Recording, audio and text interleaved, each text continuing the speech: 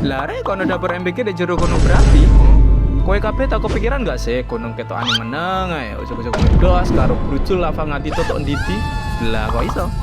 Lek menurut Yesus Joko sih gunung berapi kuwi mirip karo awakmu sing sering mendem emosi. Awale meneng ae jegede ketoke kuat banget. Moro-moro parkur nak jembatan.